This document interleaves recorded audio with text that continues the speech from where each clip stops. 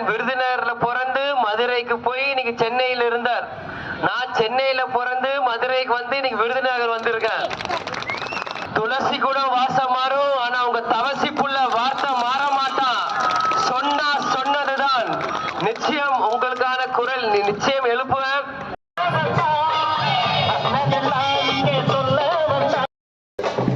தேமுதிக ஆசி பெற்று கேப்டன் விஜயகாந்த் அவர்களுடைய கொட்டுமுரசு சின்னத்திலே வாக்களித்து பெருவாரியான வெற்றி பெற செய்து விருதை பாராளுமன்ற தொகுதியினுடைய இளம் சிங்கமாக அவரை பாராளுமன்ற உறுப்பினராக அனுப்பி நமக்காக குரல் கொடுக்க உங்களுடைய பொறுப்பு தடையன் எங்கள் அருமை தம்பி விஜய பிரபாகரன் அவர்களுக்கு கொட்டு முரசு சின்னத்திலே வாக்கு கட்டுக்கு வருகின்ற நேரத்திலே கண்ணியமிக்க காமராஜர் பிறந்த பூமியிலே விருதையும் சீமையிலே பிறந்து வளர்ந்த பெருந்தலைவர் காமராஜருடைய புரட்சி கலைஞர் கேப்டன் ஆசையால் அண்ணன் எடப்பாடி பழனிசாமி அண்ணன் ஒரு ஆலோசனைப்படி பிரேமலதா விஜயகாந்த் அன்னியார் ஆலோசனைப்படி இன்னைக்கு விருதுநகர் பாராளுமன்ற தொகுதியில் விஜய பிரபாகர் ஆகிய என்ன உங்க முன்னாடி அறிமுகம் செஞ்சிருக்காங்க.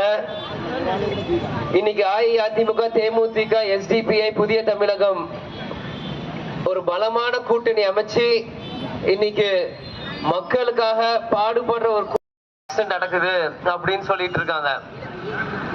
அது மட்டும் இல்லாம பட்டாசு தொழிற்சாலையில எல்லாம் நம்மளுக்கு சைனா பட்டாசு எல்லாம் உள்ள வரனால இங்க ஊர் பட்டாசு மேனுஃபேக்சர்ஸ் ரொம்ப கஷ்டமா இருக்கு, முன்ன மாதிரி வெளியே வரலன்றாங்க.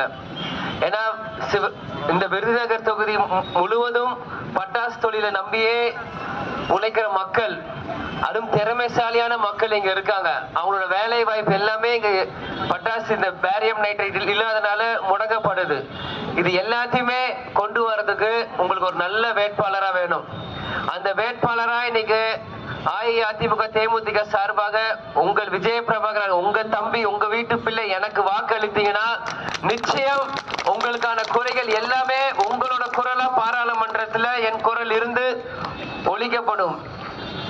இது நான் வந்து மத்தவங்க மாதிரி சும்மா வாய் வார்த்தையில சொல்லிட்டு போக மாட்டேன்.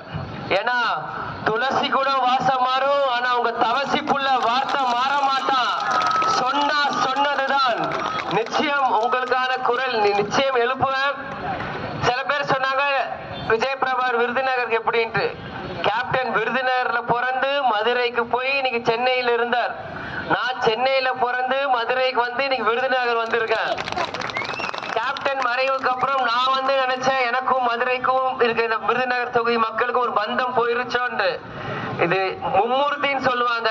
இன்னைக்கு புரட்சி தலைவர், புரட்சி தலைவி, புரட்சி கலைஞர் போட்டு முடிச்சான்னு தெரியல. மீண்டும் நான் வந்து என் ஊர் மக்கள்கிட்டே நான் வந்து சேர்ந்துட்டேன்.